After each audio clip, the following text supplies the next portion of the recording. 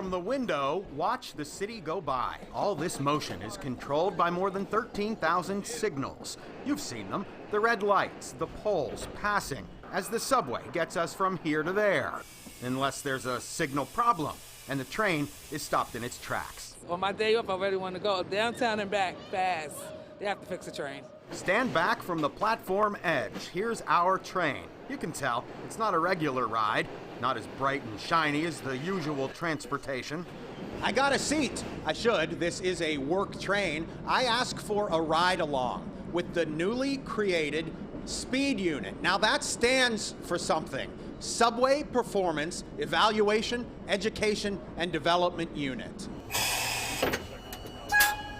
Train service supervisor Phil Dominguez is at the controls, waiting for red to go green. The signal is connected to this yellow arm. It lowers to allow the train to go by, if it's clear.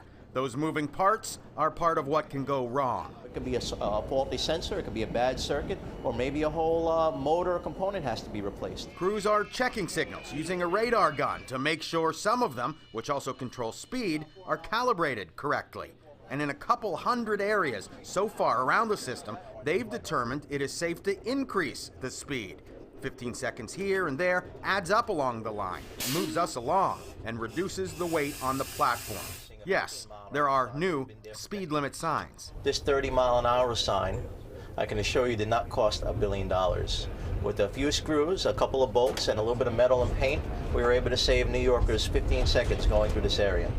The MTA just hired a new employee to oversee a new signaling system for the lines. Right now, the L and the 7 have what's called communications-based train control. That has more sensors and software. Fixing what's here, being ready when something comes up, and adjusting the speed limit have an impact now.